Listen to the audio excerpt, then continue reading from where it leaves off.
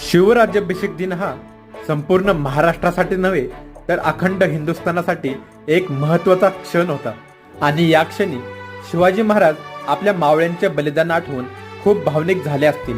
छत्रपती शिवाजी महाराजांच्या मनात आपल्या मावळ्यांनी दिलेल्या बलिदानाविषयी विचार येणे स्वाभाविक होते। तसेच महाराजांच्या मनात मावळ्यांनी दिलेल्या बलिदानाबद्दल खूप कृतज्ञता आणि गौरव भावना होती, कारण हे स्वराज्य उभे करण्यासाठी मावळ्यांनी खूप मोठे कष्ट, पराक्रम आणि त्याग केलेला होता।